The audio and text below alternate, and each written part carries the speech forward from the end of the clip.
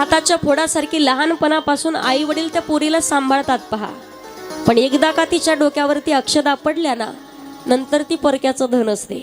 10-15 दिवस जरी इच्छा असेल तरी सुद्धा शिल्लक राहता येत नाही. सगळ्यात दुःखाचा प्रसंग मायबापाच्या जीवनात कुठला असेल तर तो कन्यादानाचा प्रसंग फार वाईट असतो. मुलगी वाटी लावण्याचा प्रसंग फार वाईट असतो. एखाद्या 2 मुली असतील ना, आयुष्यभर त्या मुलींना लहानाचं मोठं करत असताना बापाच्या आईच्या एकच डोक्यात असतं की आपल्या पुरीचं लग्न चांगलं करायचं, आपल्याला आपल्या मुलीचं लग्न आपल्या गावात कोणी केलं नसेल असं लग्न करायचंय. पासून तळहाताच्या फोडासारखं तिला सांभाळतात. योग्य वयामध्ये येते ती 1-2 कामं आईच्या हाताखाली करते आणि संध्याकाळच्या वेळेला बापाला स्वतःच्या हातानं जेव घातल्याशिवाय ती पोरगी कधी जेवत नाही. पण कधीतरी परक्याच्या स्वाधीन करून द्यावी लागते. कोणाच्या समोर हात न जोडलेला बाप, पण त्याला दुसऱ्याच्या समोर हात जोडावा लागतो जिथं त्याची मुलगी कायम राहणार आहे. स्वतःच्या व्याहीला म्हणावं, दादा तर हाताच्या फोडासारखं सांभाळी हो. एखादी गोष्ट तिच्याकडून चांगली होईल, एखादी चुकीची होईल, पण तुम्ही तुमची मुलगी म्हणून तिला पदरात घालून घ्या. सगळ्यात दुःखाचा प्रसंग तेवढाच आहे. कधीच न रडणारा बाप, काय म्हणतात ना, एखादा एकुलता एक मुलगा गेल्याच्या नंतर बाप तेवढा रडत नाही, पण स्वतःची मुलगी सासरला निघून गेल्यावर रडायला येतं. हिमालय पहाडासारखा होता, पण पहाड सुद्धा धाई मोकळून रडायला लागला की आजपर्यंत सकाळ संध्याकाळ रोज माझी पार्वती मुलगी समोर दिसायची. आजपर्यंत सकाळपासून तर संध्याकाळपर्यंत माझ्या जीवनाची काळजी घ्यायची. पावला पावलावरती मला माझी तब्येत विचारायची. आणि मुलीचं लग्न पार पडलं. सगळे लोक बाहेर कुठेतरी रडत असतात. त्या मुलीला वाटी लावण्यासाठी पूर्ण गाव जमा होतं. पण बापाला त्या मुलीच्या आई समोरही रडता येत नाही. त्या बापाला स्वतःच्या भामा समोरही रडता येत नाही. कुठेतरी दरवाजाच्या पाठीमागे जातो आणि स्वतःच्याच गमजात स्वतःचं मुंडकं खुपसून ओक्साबोक्शी रडायला चालू करतो. पोरीच्या चेहऱ्याकडे पाहावंसं वाटत नाही.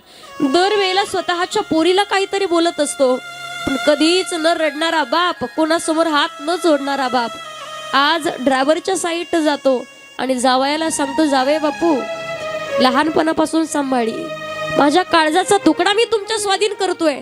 कधी एखादी गोष्ट चुकली, कधी बरोबर आली, बोलण्यात जर कधी कमी जास्त झालं ना, तर तुम्ही तुमच्या पदरात घालून घ्या. आयुष्यभर सोबत राहायचंय म्हणून तिचा सांभाळ करा, पण कधीच तिला दुःख आणि त्रास देऊ नका. कधी कधी एका गोष्टीचं दुःख वाटतं पहा, ही प्रथा काढली कोणी असेल हेच माहिती नाहीये. एखाद्या मुलीचं लग्न पार पडलं ना, तर बाप गरीब व्हायला वेळच लागत नाही. 4-5 लाख रुपये लोकांचे उसने काढायचेत, व्याजानं पैसे काढायचे, पोरीचं लग्न पार पाडायचंय.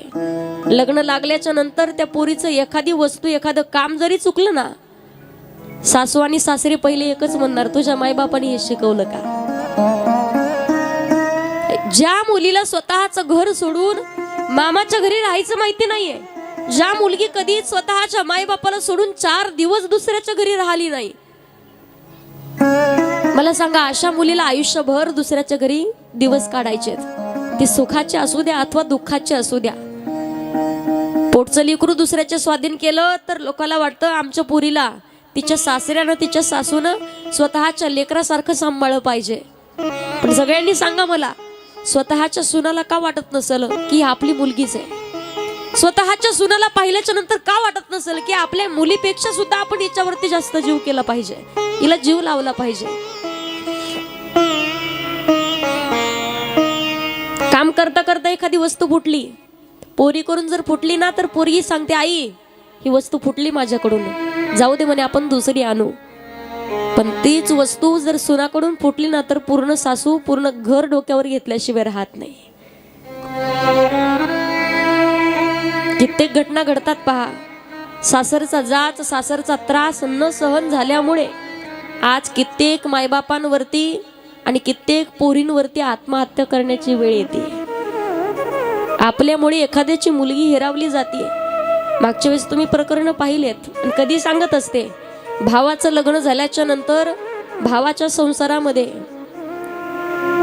त्या नंदानं त्या बहिणीनं कधीच मध्ये मध्ये करू नये पहा. आपल्या भावाचा संसार सुखाचा व्हावा असं वाटत असेल, त्या भावाच्या बहिणीनं म्हणजे त्या पुरीच्या नंदेनं कधीच कुठली गोष्ट आणि कुठल्याच गोष्टीवरती लक्ष नाही द्यायचं. योग्य वेळेत एकदा का वय झालं 50च्या पुढे ढकलला तर सासूबाईनं कधीच प्रपंचात संसारात डोकं घालू नये. कारण तुम्ही किती काटकसरीनं संसार प्रपंच करण्याचा प्रयत्न केला ना, शेवटी त्यांच्याच तर स्वाधीन करायचे ना. सांभाळायचं की नाही सांभाळायचं त्यांच्या हातात आहे, त्यांचं प्रारब्ध आहे, त्यांचं नशीब आहे. तुम्ही कुठपर्यंत पुरणार आहात. पण उगाच कोणाचा आपल्यामुळे मन दुखावल्या जाईल असं मात्र बोलणं कधी नसावं. कित्येक सासरमध्ये स्वतःची एखादी वस्तू जर आणली तर ती वस्तू घेऊन खाण्याची सुद्धा मुभा नसते त्या घरातल्या सोनाला. नवीन लग्न झाले 2-3 महिने झालेत, चहा करून प्यायला लागली, सासू म्हणणार हे का तुझ्या बापाचं घर आहे का. कधीतरी मुलगी धाई मोकळून रडून सांगते पहा, बापाच्या घरी गेल्याच्या नंतर कधीतरी ते लोक म्हणतात की आता तू तुझ्या घरी गेलीये, तू तुझ्या घरी कधी जाणार आहे.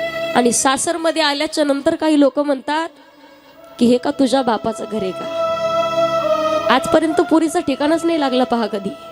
लहानपणापासून जगत राहते, जेव्हा गाडीत बसण्याच्या अगोदर स्वतःच्या आजीला जाऊन भेटते, स्वतःच्या आईला सांगते एखादी गोष्ट चुकली तरी माझ्या बापाला कधी बोलू नको.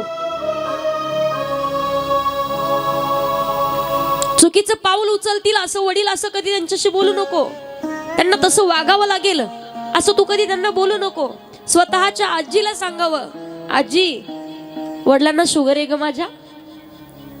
कधी कधी आई वडिलाचं जर भांडण झालं ना तर वडील शुगरची बीपीची गोळी खायची विसरून जातात. पण कधी त्यांच्यामध्ये भांडण झालं आणि जेवण सोडलं ना तर माझी एकच विनंती, नाही काही सांभाळता आलं तरी चालेल पण कधीतरी घरात जाऊन विचारत जा. एकुलता एक भाऊ आहे, भावाच्या जवळ जातील, भावाच्या जवळ जाऊन पोरगी सांगते दादा आजपर्यंत तुझ्या कित्येक चुका मी माझ्या पदरात घालून घेतल्यात, बापापर्यंत वडिलांपर्यंत कधी जाऊच दिल्या नाही. तू कधी बेजबाबदार सारखं वागलास, कधी भांडण केलं, कधी कित्येक भांडण घरी घेऊन येत होता पण मी वडिलांपर्यंत बाबापर्यंत पोहोचू नाही दिले. पण तुला आता हात जोडून एकच विनंती आहे, जेव्हा तुझं लग्न होईल ना, आता तू करतायस, वडील म्हातारे होत चाललेत, थोड्या जबाबदाऱ्या तुझ्याही अंगावरती घे. आणि तू आता करता झालाय, जेव्हा तुझं लग्न होईल ना तेव्हा तुझ्या बायकोनं किती तुझ्या आई वडिलाला सांभाळायला तिरस्कार केला ना, आपल्या आई बापाला सांभाळण्याला नकार दिला ना, तरी सुद्धा तू तुझ्या पत्नीसाठी आई वडिलाला कधी सोडून देऊ नको.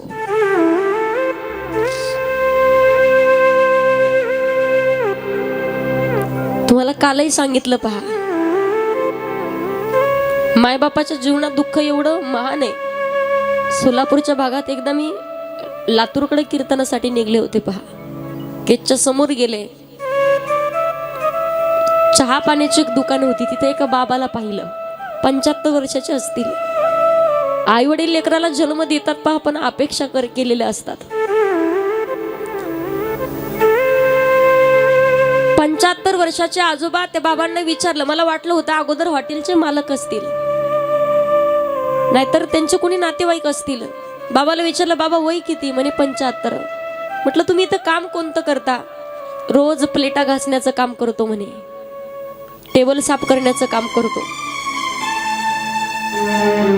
म्हटलं मुलं नाही आहेत का तुम्हाला, 2 मुलं आहेत म्हणे मला. मग मुली कुठे असतात, मुलं पुण्याला असतात म्हणे. पण त्यावेळेला त्या म्हाताऱ्यानं सांगायला चालू केलं, म्हणे ताई 2 मुलं होते, लहानाचे मोठे केले, शिकवलं, असं वाटलं होतं की योग्य वयात आल्याच्या नंतर पोराला जर शिकवलं तर आपल्याला एवढं म्हातारपणापर्यंत काम करण्याची वेळ येणार नाही. पण फक्त मुलगी नसल्यामुळे मुलीकडे जाता येत नाहीये, मुलीकडे जाऊ शकत नाही. आणि स्वतःच्या सुनाचं ऐकून, स्वतःच्या बायकोचं ऐकून आमच्या पोरांनी सुद्धा आम्हाला गावाकडेच ठेवलंय. सगळ्यांना फक्त एकच विनंती पहा, स्वतःच्या पत्नीसाठी मायबापाचा कधी त्याग करू नये, माणसानं कधीच तिरस्कार करू नये. कारण जगामध्ये कुठल्याही तीर्थाला जा, किती चारीधाम करा, पण घरी जर मायबापाला त्रास होत असेल तर पांडुरंग परमात्मा सुद्धा तुमच्या जीवनात कधीच कृपा करू शकत नाही. तुमच्यासारखे महापापी तुम्हीच असाल. पांडुरंगासारखा बाप तुमच्या घरात आहे, रखुमाई सारखी आई तुमच्या घरात आहे, आणि दर महिन्याला दर एकादशीला पंढरपूरला जाऊन 11,000 रुपयाची देणगी देत असाल, तर त्या 11,000चं फळ काहीच नाही भेटणार.